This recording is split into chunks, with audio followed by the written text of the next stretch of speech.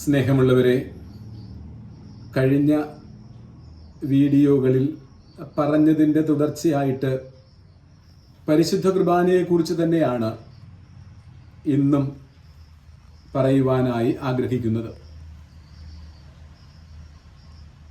പഴയ നിയമത്തിലെ ഇസ്രായേൽ ജനത്തിൻ്റെ 3 അനുഭവങ്ങൾ ചൂണ്ടിക്കാണിച്ചുകൊണ്ട് അനുദിനം പരിശുദ്ധ കുർബാന സ്വീകരിക്കുന്ന നമുക്ക് അതിൻ്റെ അനുഭവം എങ്ങനെയാണ് വളരുന്നു തളരുന്നു എന്ന് ചിന്തിക്കുവാനായിട്ട് തുടങ്ങുകയാണ് ഈ വീഡിയോയിൽ.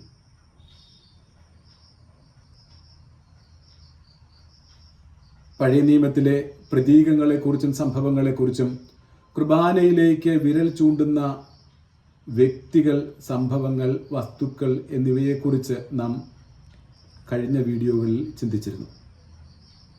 നമുക്കറിയാമല്ലോ, മന്ന പരിശുദ്ധ കുർബാനയുടെ പ്രതീകമാണ്. ഈശോ അതേക്കുറിച്ച് പറഞ്ഞുകൊണ്ടാണ് പരിശുദ്ധ കുർബാനയിലേക്ക് എത്തുന്നതും പരിശുദ്ധ കുർബാനയെക്കുറിച്ച് പഠിപ്പിക്കുന്നതും. പ്രത്യേകിച്ച് യോഹന്നാന്റെ സുവിശേഷത്തിൽ 6-ാമത്തെ അധ്യായത്തിൽ ഈശോ പറഞ്ഞു, നിങ്ങളുടെ പിതാക്കന്മാർ മന്ന ഭക്ഷിച്ചു എങ്കിലും മരിച്ചു. എന്നാൽ ഞാൻ തരുന്ന ഈ അപ്പം ഭക്ഷിക്കുന്നവർ മരിക്കുകയില്ല. ഇത് സ്വർഗത്തിൽ നിന്നിറങ്ങി വന്ന ജീവൻ നൽകുന്ന അപ്പമാണ്. പുറപ്പാടിൻ്റെ പുസ്തകം 16-ാമത്തെ അധ്യായത്തിൽ 3-ാം വാക്യത്തിൽ നാം ഇങ്ങനെ വായിക്കുന്നു: ഇസ്രായേൽ ജനം വിശന്നു വലഞ്ഞപ്പോൾ ദൈവം അവർക്ക് മരുഭൂമിയിൽ വെച്ച് മന്ന വർഷിച്ചു കൊടുത്തു. അത് ഭക്ഷിച്ചിട്ട് അവർ പറഞ്ഞു, അത് കൊത്തമ്പാലരി പോലെ ഇരിക്കുന്നു, വെളുത്തതും തേൻ ചേർത്ത അപ്പത്തിൻ്റെ രുചിയുള്ളതുമാണ്.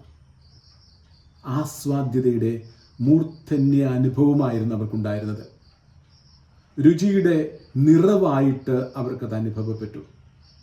ദൈവജനത്തിൻ്റെ ആദ്യത്തെ അനുഭവമാണ് ദൈവം നൽകിയ മന്നയെക്കുറിച്ചുള്ള അവരുടെ ചിന്ത, അനുഭവം. രണ്ടാമത് നാം വായിക്കുന്നത് സംഖ്യയുടെ പുസ്തകം 11-ാമത്തെ അധ്യായത്തിൽ 8-ാം വാക്യത്തിലാണ്. കാലം കടന്നുപോയി, എന്നും അവർക്ക് ദൈവം മന്ന നൽകിക്കൊണ്ടിരുന്നു.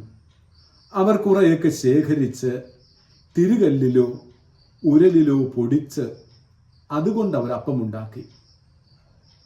അതേക്കുറിച്ച് അവർക്കുണ്ടായ അനുഭവം ഇങ്ങനെയാണ്: അത് എണ്ണ ചേർത്ത് ചുട്ട അപ്പത്തിൻ്റെ രുചിയായിരുന്നു. അതിന് രുചി കുറഞ്ഞു വന്നു. ദൈവജനത്തിൻ്റെ 2-ാമത്തെ അനുഭവം. മൂന്നാമത് നമ്മൾ വായിക്കുന്നത് സംഖ്യയുടെ പുസ്തകം 21-ാമത്തെ അധ്യായത്തിൽ 5-ാം വാക്യത്തിലാണ്. ജനം ഇങ്ങനെയാണ് പെറുപിറുത്തത്: മന്ന തിന്നും മടുത്തു, അതിനെ അവർ വെറുത്തു, എന്നും ഒരു രുചി. അവർ പറഞ്ഞു, ഈ വിലകെട്ട അപ്പം തിന്ന് മടുത്തു. ഇതാണ് 3-ാമത്തെ അനുഭവം. നാം ഒന്ന് ചിന്തിച്ചു നോക്കിക്കേ. ഇതിൻ്റെ ഫലം അവർക്ക് കിട്ടിയത് ദൈവം അവരെ ശിക്ഷിക്കുന്നു. ആഗ്നേയ സർപ്പത്തെ അയച്ച് അവരെ ശിക്ഷിക്കുന്നു. പരിശുദ്ധ കുർബാന എന്നും ഉൾക്കൊള്ളുന്നവരാണല്ലോ നമ്മൾ. എനിക്ക് കുർബാന കൈക്കൊള്ളുന്ന എനിക്ക് കുർബാന എങ്ങനെ തോന്നുന്നു? രുചി കൂടി വരുന്നോ അതോ രുചി കുറഞ്ഞു വരുന്നോ? ആദ്യം തേൻ ചേർത്ത അപ്പത്തിൻ്റെ രുചി ഇസ്രായേൽ ജനത്തിൻ്റെതാണ്. രണ്ടാമത് അവർക്കുണ്ടായ അനുഭവം അത് എണ്ണ ചേർത്ത് ചുട്ടയപ്പം പോലെ. മൂന്നാമത് അവർക്ക് ഉള്ള അനുഭവം വിലകെട്ടയപ്പം ആയിട്ടാണ്. പരിശുദ്ധ കുർബാനയെക്കുറിച്ച് നമുക്ക് എങ്ങനെ തോന്നുന്നു? ദൈവാനുഭവം ആഴത്തിലുണ്ടാകുന്നുവോ?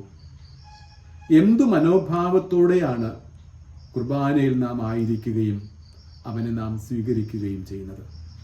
എന്നും ഒരു ചെറിയ ഗോതമ്പപ്പം, അതിന് തേൻ ചേർത്ത അപ്പത്തിൻ്റെ രുചിയാണോ, അതോ രുചിക്കൂട്ട് കുറഞ്ഞു വരുന്നു? കുർബാന വെറുമൊരു ഗോതമ്പപ്പമാണോ, അതോ മാധുര്യവാനും കാരുണ്യവാനും സ്നേഹസമ്പന്നനും പാപമോചകനും നിത്യജീവൻ പ്രദാനം ചെയ്യുന്നവനും എന്നോടൊപ്പമായിരിക്കുന്നവനുമായ ഈശോയാണോ? ഈ ഇസ്രായേൽ ജനത്തിൻ്റെ ഈ അനുഭവത്തിൻ്റെ പശ്ചാത്തലത്തിൽ നമുക്ക് ചിന്തിക്കാം. പുറപ്പാട് പുസ്തകം 16:3, സംഖ്യയുടെ പുസ്തകം 11:8, സംഖ്യയുടെ പുസ്തകം 21:5. യഥാർത്ഥമായ ഒരുക്കത്തോടെ കാരുണ്യവാനും സ്നേഹസമ്പന്നനുമായ ഈശോ ലോകാവസാനത്തോളം നമ്മോടൊപ്പമായിരിക്കുവാൻ സ്ഥാപിച്ച പരിശുദ്ധ കുർബാന ഉൾക്കൊള്ളുമ്പോൾ എന്തനുഭവമാണ് നമുക്കുള്ളത്? നമുക്ക് ഓരോ കുർബാനയിലും അവനെ കാണാൻ പറ്റും, കേൾക്കാൻ പറ്റും, തൊടാൻ പറ്റും, കൈക്കൊള്ളാൻ പറ്റും, ഭക്ഷിക്കാൻ പറ്റും, വീട്ടിൽ കൊണ്ടുപോകാൻ പറ്റും. ഈ അനുഭവം പരിശുദ്ധ കുർബാന സ്വീകരണത്തിൽ നമുക്കുണ്ടാകട്ടെ എന്ന് ആഗ്രഹിക്കുകയും ആശംസിക്കുകയും ചെയ്യും.